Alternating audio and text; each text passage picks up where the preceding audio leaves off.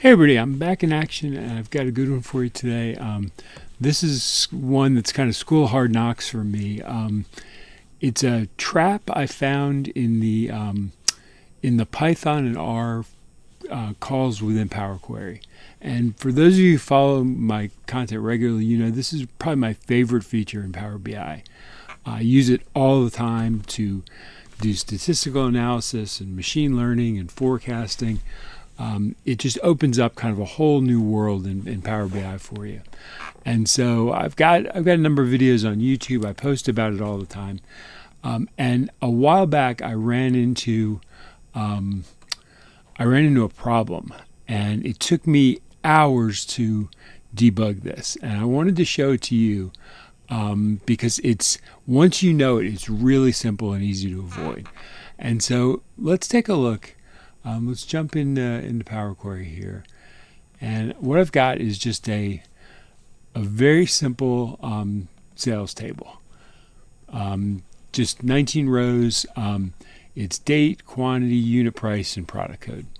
Couldn't be simpler. And so what we want to do is let's just reference this, and we'll call this sales correlation.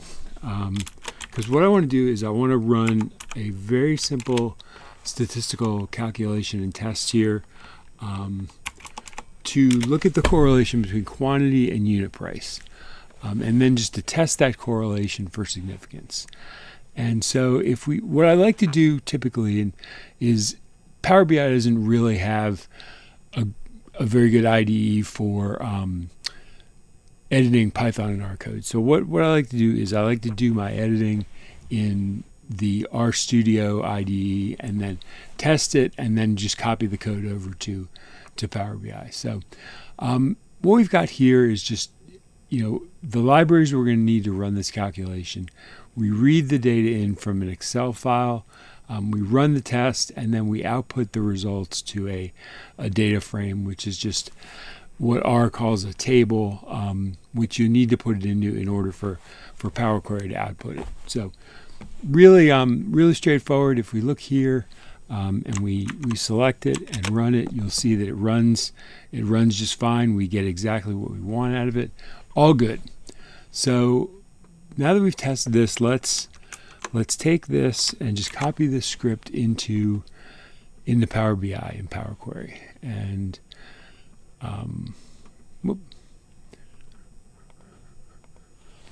we'll just go to our sales correlation and we'll say run our script. We'll take and paste that script in here.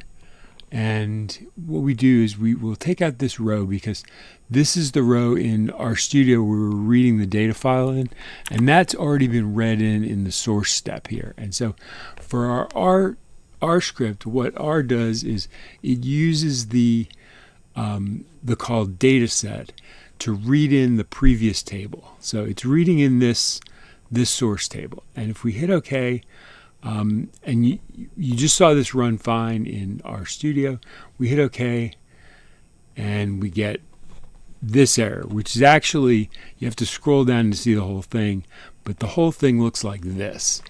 And it is just a mess. It is very difficult to understand what's going on here. And so what has happened here is that if we go back to our sales data, what we have here is we have a date, a numeric field, a fixed decimal field, or was typically used for currency, which makes sense for unit price since that is a currency value, and product code, which is a numeric. The problem is in R and Python, this currency fixed decimal field type does not exist. And so when it reads in, R is smart enough in the Excel read package to correct that from a fixed decimal to just a regular decimal. So you don't see the error in R. Python, I believe, is the same way. But when you run it in Power Query, even though it's running under R, since it's not reading in through that package, it hits this fixed decimal unit price, and it has no idea how to read that because it doesn't have a comparable type in the program. And so what we have to do is just change this from a fixed decimal to a decimal number. And we say replace current, and